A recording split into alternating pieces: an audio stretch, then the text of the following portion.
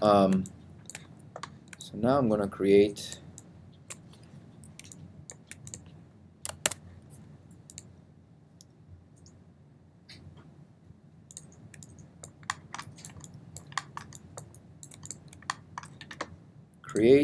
lights, directional light. So now this light, if I press 7, it's going to generate, it's going to be my main light source, the key light. So I'm going to bring it somewhere over here. It doesn't matter where it is, it's only the angle that this light, even if it's like inside the chair, it doesn't really matter. It's not like something that has to do with where it's only the angle of it. So it's an infinite light. So this one, and it doesn't have any decay. So this one here will only generate shadows here. So I'm gonna select, let's use 1, and then shadows, we're gonna go and use ray trace shadows, and let's go our bookmarks, and if we go to render view, let's hit a render test resolution. I'm gonna do 25% so we can kind of fast forward.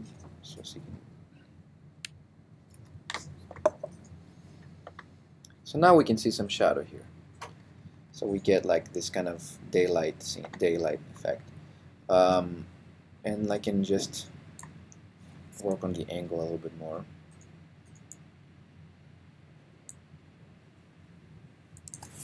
I can always bring it closer, so I can work with it. So it's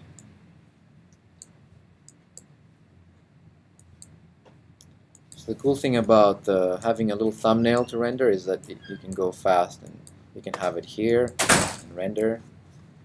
Keep changing your settings. So let's use that shadow so you can see. Now this shadow here is very sharp, so I could select 0.5. Let's see what that does to our render. I'm gonna go and only do region render. Let's see if we do 4. Let's do that.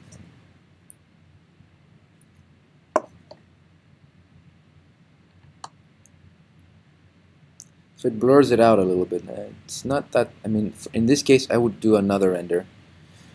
I would do a 50% so we can see it a little bit better. So now we're using this as our directional source.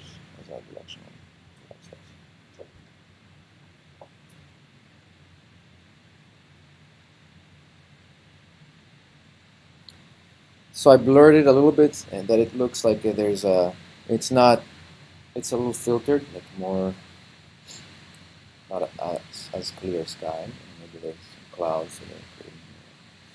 And now I'm going to just go ahead and finish the camera and put a material there, and then so I'm going to do the same thing with this. I can select create new material, always go to the MIM material X, and I'm going to use a preset. I'm not going to name these now, I'm just going to go fast forward and use like a metal. This I'm going to use more of a rubber material, so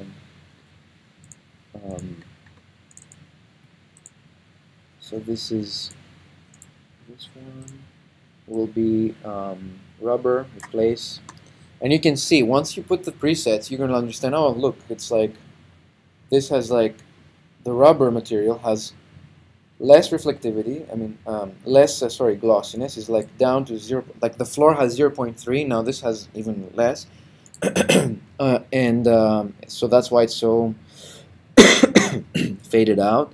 And also here, notice that the color is like, well, the color of the rubber material can be whatever you want, but the weight is all the way up, and the roughness is all the way up. So it's so here's like, so this is less, this is more like more absorbent, you know.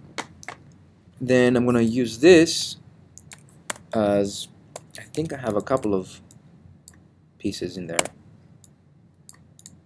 Yeah. So I'm gonna use this as another material, like a glass. So I'm gonna go to mental ray, my material X, and use like glass thin, replace. Maybe I can use like I'm gonna use like an orange color just to see, and then I'm gonna hide that for a second and go to the next one and use another one. New material,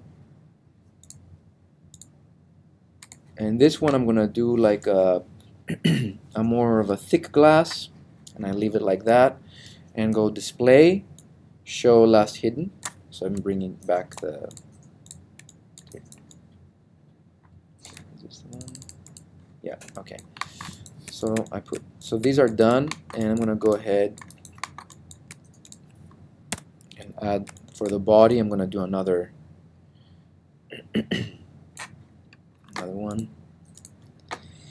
So this would be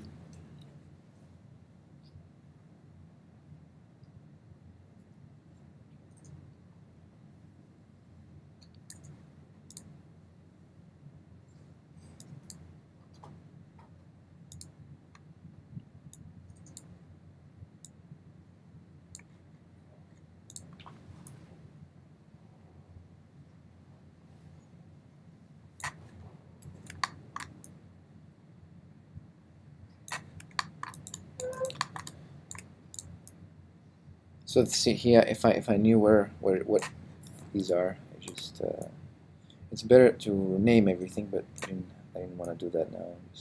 I think that's 6.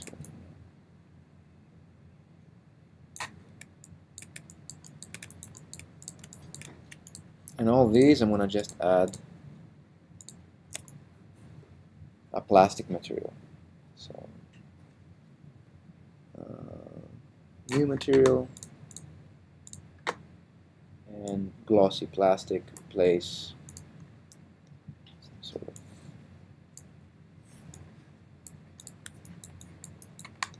And you can use these as all the other ones as a chrome.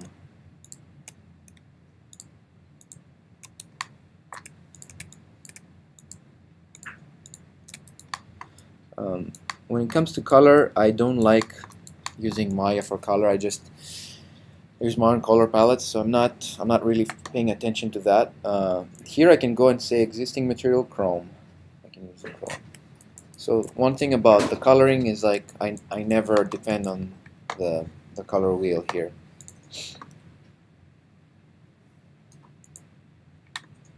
Okay, so let's go back and render that.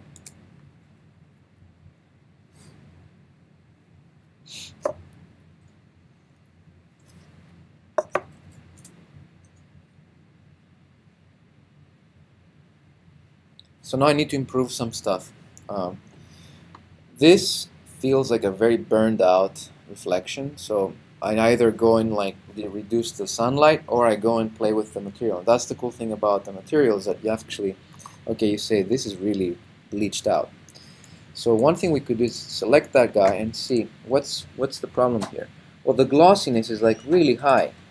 Maybe I can select that and take it down to 0.5. Maybe the reflectivity, the reflection, maybe 0.4, so less reflective. Of course, I'm going to use that, and also I'm going to make it more rough, more like, you know, I can also go and say, I don't like this color, maybe I can make it more of a darker blue. Just desaturate it a little bit. So then I have that, and so you can do all these things. So remember, color, weight, you can make it more absorbent, you know, like just reduce, so now it gets even more, it doesn't really bounce light, it gets more, it's almost wearing like a sweater that is like black, or versus a t-shirt that is white and the sun is like, you know, reflecting. So we're doing, and the color of the reflection is white. You can tint the reflection color, it's white. So we reduce the reflectivity, we reduce the glossiness. Let's do it 5. And let's check that out. So you can go and fine-tune every material that you have created. Now, it's much different. Still very, sharp.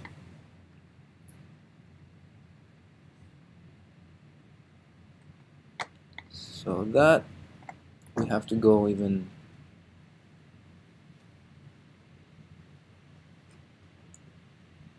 We can reduce that, make it more of a gray. So I'm doing the reflection now, color. I'm taking it down a little bit, so it's not so bleached. So the highlight is a little bit more controlled. So now that I'm done, the only thing I need to fix for the final render is the shadows of the light, of the directional light, which is our sunlight or key light. I added more blur, so I'm going to use like 10. We want to increase the shadow rays for that one. The other problem we have is this grain, because the floor is reflective, but it's not as reflective as a chrome metal. We select the floor, and I'm going to go and the floor material. Now this is really blurry, but the glossy samples are only 6. I'm going to do like maybe 20. That might clear out a little bit of that grain, but it will increase the render time. So notice that it's actually working a little bit. And then the light, we said shadow rays 10. Let's see if that works. So it cleans up everything. So now we're good. I'm going to go ahead and also the other thing is maybe you want to reduce the environment intensity. How do you do that?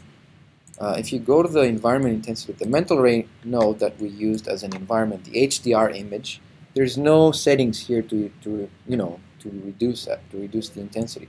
Well, you could go down here, and there's this hardware, and it says color gain. If you go to the color gain, and I know it's a very strange way, but to reduce it, but you go to the intensity of the color gain. So you go color gain, and then you just get this color down to let's say halfway. So let's look at, is that it? No, it doesn't look right.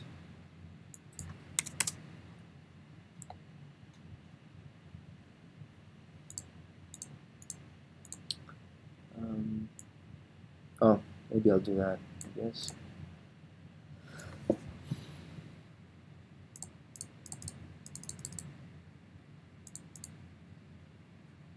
So I'm going to reduce it from here. And let's see. I'm going to do the whole thing as a smaller thumbnail.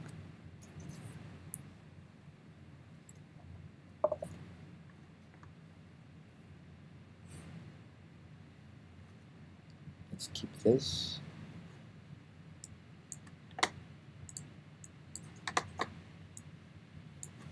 Just to make sure that this is the one that I need. Yeah, so the color gain, see, we take it down and it becomes more of a... So, of course, we want it higher. See that?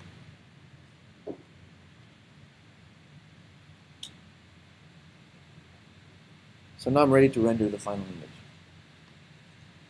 I'm going to go render settings. Render that.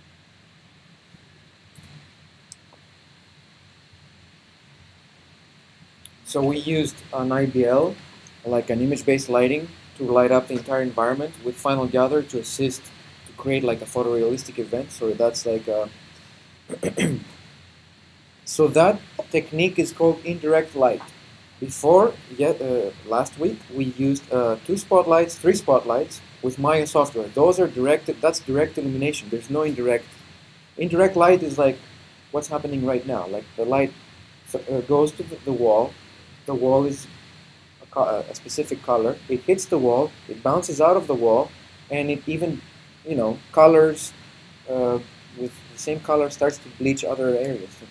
Is that considered a shadow? What? Is that considered a shadow? Shadow what? Or reflection or shadow? The indirect illumination is The reflection, no, those are different things. Oh, So the reflection has to do with if an object is reflective, it will just bounce more.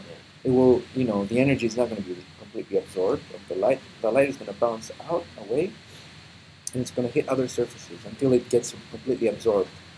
So if you're in a room with, all chrome, and you have lights, the light is just reflective. If you're in a room with like black fabric, it's not gonna. So it's like it's more absorbed. So the indirect illumination means how the light hits the surface and how it bounces away and bounces out.